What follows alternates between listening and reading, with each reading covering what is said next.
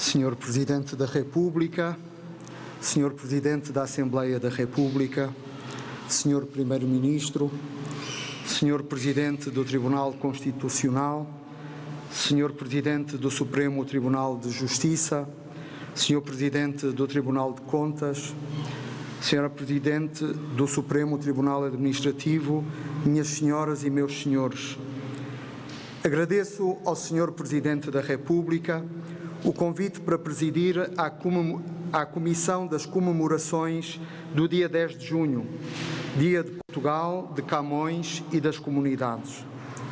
Estas comemorações estavam para acontecer não só com outro formato, mas também noutro lugar, a Madeira. No poema inicial do seu livro, intitulado Flash, o poeta Herberto Helder, ali nascido, recorda justamente como pesa na água a raiz de uma ilha.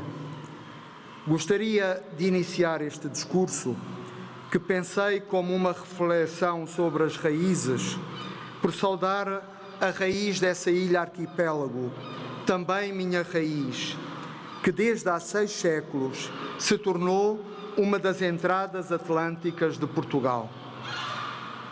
É uma bela tradição da nossa República, esta de convidar um cidadão a tomar a palavra neste contexto solene, para assim representar a comunidade de concidadãos que somos.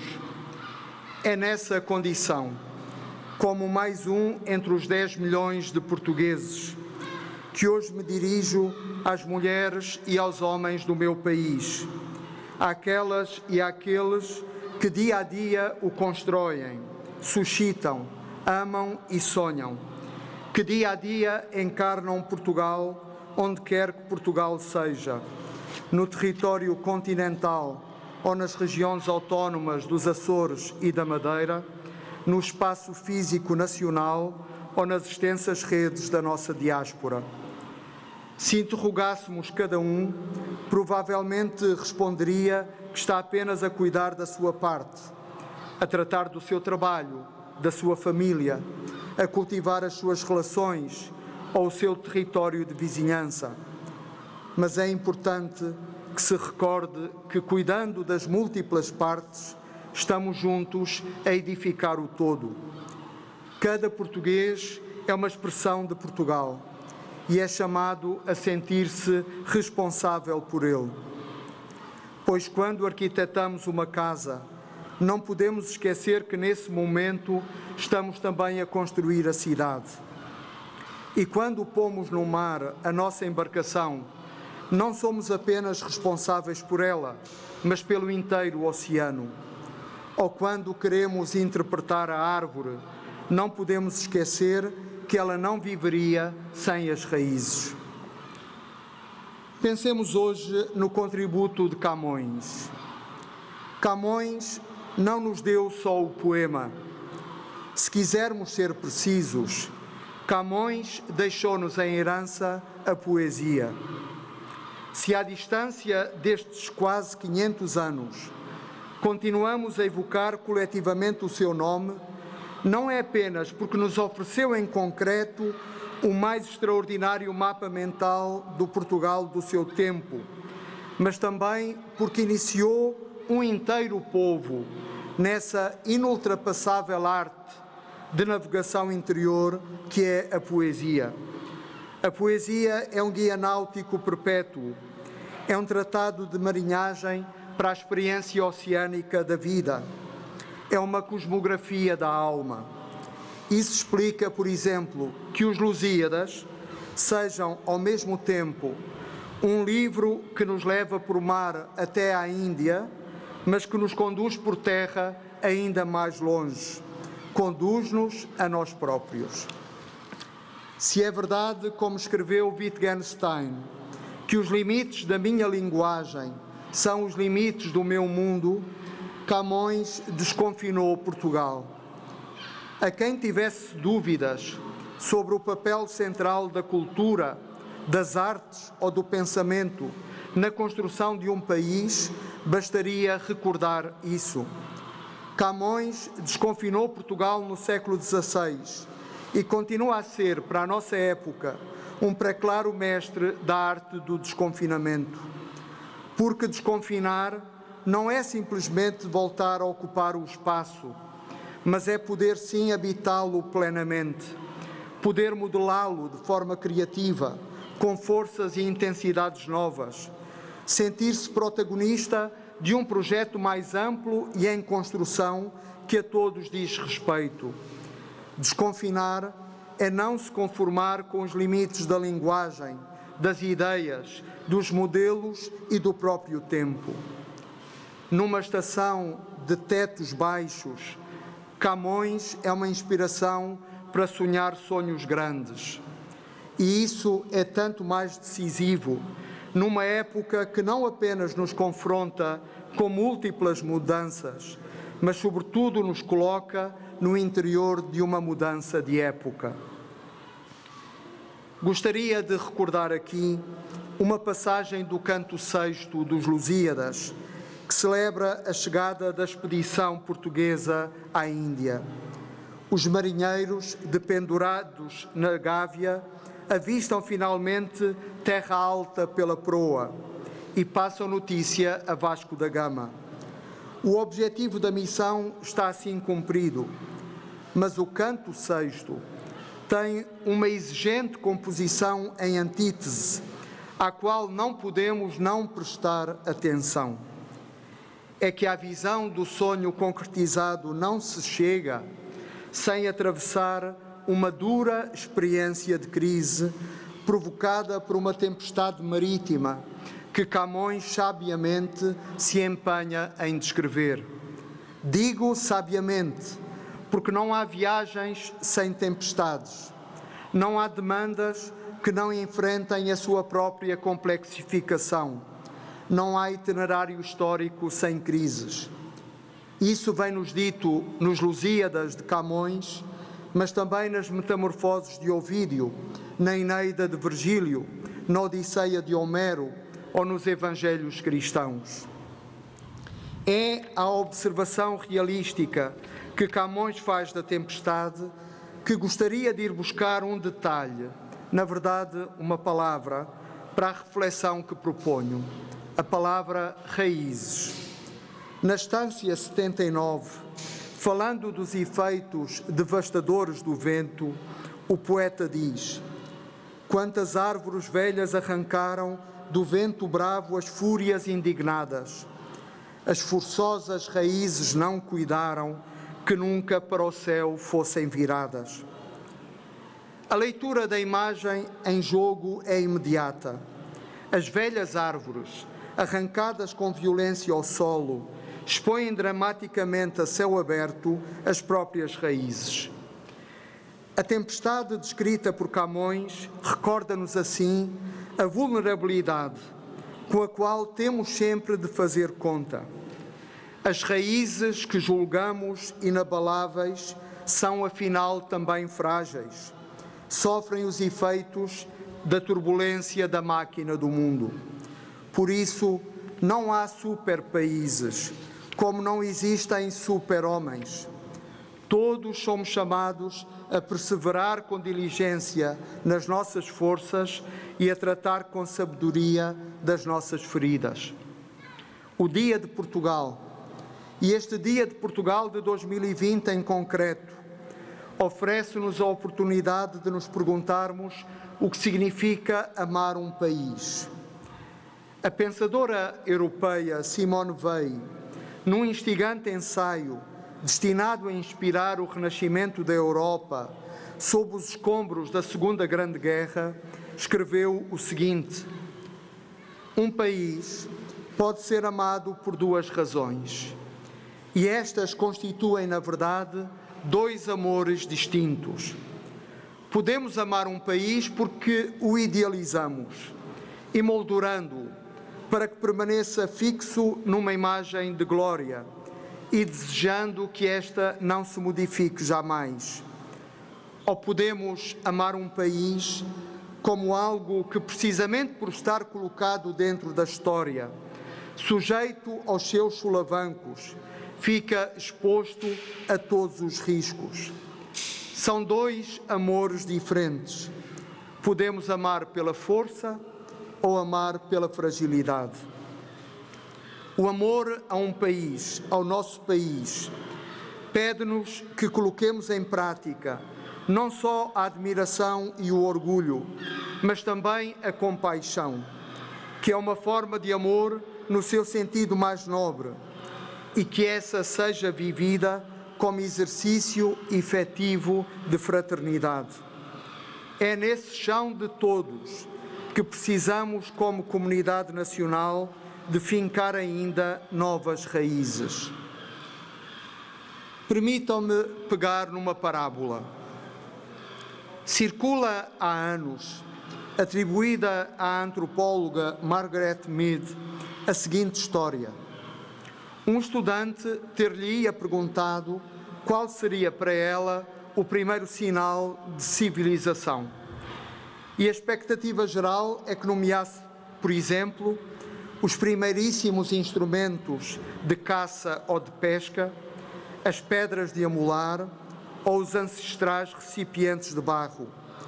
Mas a antropóloga surpreendeu a todos, identificando como primeiro vestígio de civilização um fémur quebrado e cicatrizado. No reino animal, um ser ferido está condenado à morte, pois fica fatalmente desprotegido face aos perigos e deixa de se poder alimentar a si próprio. Que um fémur humano se tenha quebrado e restabelecido documenta a emergência de um momento completamente novo. Quer dizer que uma pessoa não foi deixada para trás sozinha, que alguém a acompanhou na sua fragilidade, dedicou-se a ela, oferecendo-lhe o cuidado necessário e garantindo a sua segurança até que recuperasse. A raiz da civilização é, por isso, a comunidade. É na comunidade que a nossa história começa e é aí que pode sempre recomeçar. Celebrar o Dia de Portugal significa, portanto, redescobrir e reforçar o pacto comunitário que é a nossa raiz. Sentir que fazemos parte uns dos outros. Empenharmos-nos na qualificação da vida comum, ultrapassando a cultura da indiferença e do descarte. Uma comunidade desvitaliza-se quando perde a dimensão humana, quando deixa de colocar as pessoas no centro ou quando não se empenha devidamente em tornar concreta a justiça social, que é uma nuclear acessão da palavra justiça, que não deve jamais ser omitida. Reforçar o pacto comunitário implica, entre nós, relançar a aliança intergeracional. O pior que nos poderia acontecer seria arrumarmos a sociedade em faixas etárias, resignando-nos a uma visão desagregada e desigual, como se não fôssemos a todo momento uma coisa coesa e inseparável. Precisamos, por isso, de uma visão mais inclusiva do contributo das diversas gerações. É um erro pensar uma geração como dispensável ou como um peso, pois não podemos viver uns sem os outros. É essa a lição das raízes. A tempestade provocada pelo Covid-19 obriga-nos, por exemplo, como comunidade, a refletir sobre a situação dos idosos em Portugal e nesta Europa da qual somos parte. Eles têm sido as principais vítimas da pandemia e não só porque o seu quadro clínico os coloca como população em risco. Também socialmente, os idosos estão transformados em população de risco, que nós não queremos ver. Estão mais sós, mais pobres, remetidos muitas vezes para precários contextos de institucionalização, vendo a sua função humana e social esquecida, quando não desvalorizada. Além disso, temos de rejeitar firmemente a tese de que uma esperança de vida mais breve determine uma diminuição do seu valor intrínseco. A vida é um valor sem variações. Uma raiz do futuro de Portugal passa por aprofundar a contribuição dos seus mais velhos, ajudando-os a viver e a assumir-se como mediadores de vida para as novas gerações. Permitam-me um testemunho pessoal. Quando tomei posse como arquivista e bibliotecário da Santa Sé, uma das referências que quis evocar nesse momento foi a da minha avó materna, que era uma mulher analfabeta, mas que foi para mim a primeira biblioteca. Em criança, pensava que as histórias que ela contava, ou as cantilenas com que entretinha os netos, eram coisas de circunstância inventadas por ela. Depois descobri que faziam parte do romanceiro oral da tradição portuguesa e que, afinal, aquela avó analfabeta estava, sem que nós soubéssemos e provavelmente sem que ela própria se apercebesse, a mediar o nosso primeiro e inesquecível encontro com os tesouros da cultura. Os idosos são extraordinários mediadores de vida e a comunidade deve ser a primeira interessada em beneficiar do seu contributo. Mas robustecer a aliança intergeracional é também olhar seriamente para outra das nossas gerações mais vulneráveis, que é a dos jovens adultos abaixo dos 35 anos. Geração que praticamente numa década vê-se abater sobre as suas aspirações uma segunda crise económica grave. Jovens adultos, muitos deles com uma alta qualificação escolar, remetidos para uma experiência interminável de trabalho precário ou de atividades informais, que os obrigam sucessivamente a adiar os legítimos sonhos de autonomia pessoal, de lançar raízes familiares, de ter filhos e de se realizarem. Reforçar o pacto comunitário implica abordar com coragem a questão da integração. No contexto do surto pandémico, foi um sinal humanitário importante a regularização dos imigrantes com pedidos de autorização de residência pendentes no Serviço de Estrangeiros e Fronteiras. O desafio da integração, essencial quando se perspectiva a comunidade, é, porém, como sabemos, imenso, porque se trata de ajudar a construir raízes. E essas não se improvisam, são lentas, requerem tempo, oportunidades e esperança, políticas apropriadas e uma participação do conjunto da sociedade. Lembro-me de um diálogo do filme do cineasta Pedro Costa, Vitalina Varela, onde se diz a alguém que chega ao nosso país: chegaste atrasada, aqui em Portugal não há nada para ti. Sem compaixão e sentido de fraternidade, não há comunidade presente ou futura digna desse nome, e fortalecem-se apenas os muros, alienando a possibilidade de gerar raízes. A comunidade não se reforça esquecendo as periferias, mas fazendo delas o motor da sua própria coesão. Reforçar o pacto comunitário implica também um olhar novo sobre a ecologia. A pandemia veio expor a urgência de um novo pacto ambiental. Hoje é impossível não ver a dimensão do problema ecológico e climático, que têm uma clara raiz sistémica. Não podemos continuar a chamar progresso àquilo que, para as frágeis condições do planeta ou para a existência dos outros seres vivos, tem sido uma evidente regressão. Num dos textos centrais deste século XXI, a encíclica Laudato Si, o Papa Francisco exorta a uma ecologia integral, onde o presente e o futuro da nossa humanidade sejam pensados a par do presente e do futuro da grande casa comum.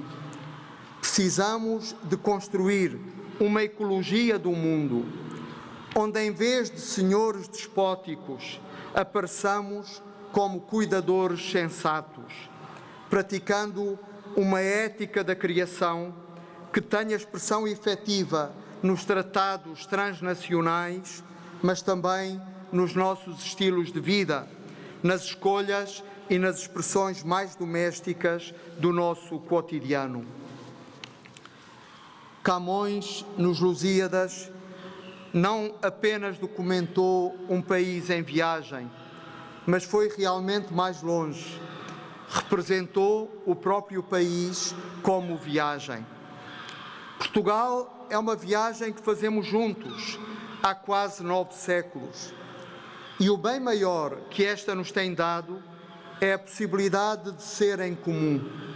Esta tarefa apaixonante e sempre inacabada de plasmar uma comunidade aberta e justa, de mulheres e homens livres, onde todos são necessários, onde todos se sentem e efetivamente são corresponsáveis pelo incessante trânsito que liga a multiplicidade das raízes à composição ampla e esperançosa do futuro.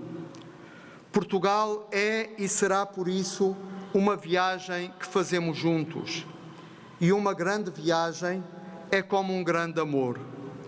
Uma viagem assim, explica Maria Gabriela Lhansol, uma das vozes mais límpidas da nossa contemporaneidade, não se esgota nem cancela na fugaz temporalidade da história, mas constitui antes uma espécie de rasto do fulgor que exprime a ardente natureza do sentido que juntos interrogamos.